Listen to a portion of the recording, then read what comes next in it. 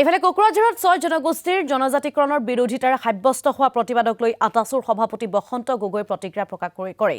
কোকৰাঝাৰত সৃষ্ট পৰিস্থিতি অত্যন্ত দুৰ্ভাগ্যজনক বুলি মন্তব্য প্ৰকাশ কৰে আটাছুৰ সভাপতিগৰাকীয়ে। ৰাজ্যৰ প্ৰতিটো জাতি জনগোষ্ঠীৰ সমিল মিলেৰে থাকিব লাগিব বুলি উল্লেখ কৰিলে বসন্ত গগৈ আৰু সমান্তৰালকৈ কোকৰাঝাৰৰ এই যি ঘটনা সংঘটিত হ'ল সেই ঘটনাক লৈ প্ৰতিক্ৰিয়া প্ৰকাশ কৰে আক্ৰাছুৰ সাধাৰণ সম্পাদক বলৰাম বৰ্মনেও। বিটিচিৰ সচিবালয় ভাঙি লণ্ডভণ্ড কৰা সন্দৰ্ভত কোচ ৰাজবংশী উন্নয়ন পৰিষদৰ অধ্যক্ষ প্ৰণৱ নাৰায়ণ দেৱেও প্ৰকাশ কৰিলে প্ৰতিক্ৰিয়া। এনে কাৰ্য গৰিহণাৰ যোগ্য আৰু কোনো কাৰণতে মানি লোৱা নহ'ব বুলি উল্লেখ কৰে অধ্যক্ষগৰাকীয়ে। লগতে গোৱালপাৰা জিলা আক্ৰাছুৱেও এই সন্দৰ্ভত ব্যক্ত কৰিছে প্ৰতিক্ৰিয়া। আমি চৰকাৰৰ পৰা জনজাতিকৰণ বিচাৰিছোঁ, কোনো জনগোষ্ঠীৰ পৰা বিচৰা নাই। চৰকাৰে ইয়াৰ বিৰুদ্ধে উচিত ব্যৱস্থা গ্ৰহণ কৰিবলৈও আহ্বান অবিভক্ত গোৱালপাৰা জিলা আক্ৰাছুৰ কেন্দ্ৰীয় সমিতিৰ কাৰ্যকৰী সভাপতি কমল চৰকাৰেও কোকৰাঝাৰ ঘটনা সন্দৰ্ভত আগবঢ়াইছে প্ৰতিক্ৰিয়া। হাগ্ৰামাৰ চৰকাৰক অস্থিৰ কৰিবলৈ ষড়যন্ত্ৰ কৰা হৈছে বুলি সন্দেহ প্ৰকাশ আক্ৰাছু নেতাগৰাকীৰ। ট্ৰাইবেলৰ অধিকাৰ খৰ্ব কৰি নহয়, প্ৰয়োজন হ'লে সংবিধান সংশোধন কৰি ৬ জনগোষ্ঠীৰ জনজাতিকৰণ কৰক বুলি প্ৰদান কৰিলে মন্তব্য। আজি কোকৰাঝাৰত এক হিংসাত্মক যি ঘটনা হ'ল, মই ভাবোঁ আচলতে জনজাতিকৰণৰ ক্ষেত্ৰত এইটো ৰিলেটেড নহ'বও পাৰে। মাননীয় হাগ্ৰামা মহিলাৰী ডাঙৰীয়াৰ চৰকাৰখনক অস্থিৰ কৰি পেলোৱাৰ এক ষড়যন্ত্ৰণা কিজানি হ'ব পাৰে।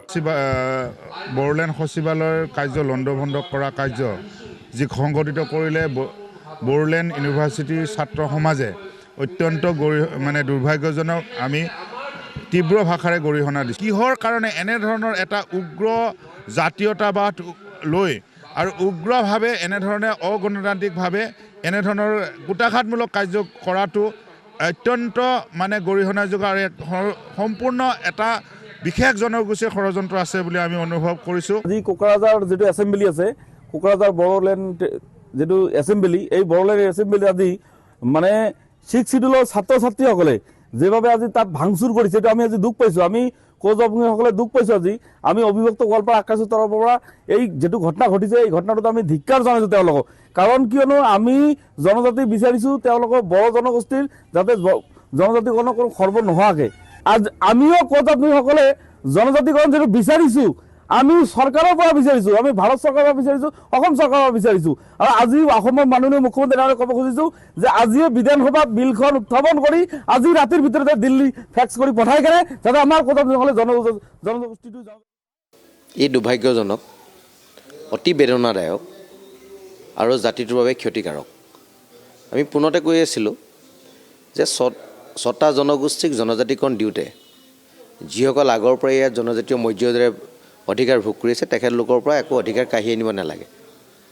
আৰু সেই মেকানিজিমটো তৈয়াৰ কৰিবৰ কাৰণে আমি চৰকাৰক কৈ আছিলোঁ, আৰু চৰকাৰে তেনেকুৱা এটা প্ৰচেষ্টা হাতত লৈছে বুলি আমাৰ পূৰ্বানুমান এটা হৈ আছিল। আৰু আজি হঠাতে বড়োলেণ্ডত যিটো অপ্ৰীতিকৰ পৰিস্থিতিৰ সৃষ্টি হৈছে, এইটো জাতিটোৰ কাৰণে সাংঘাতিক ধৰণে ক্ষতিকাৰক হ'ব।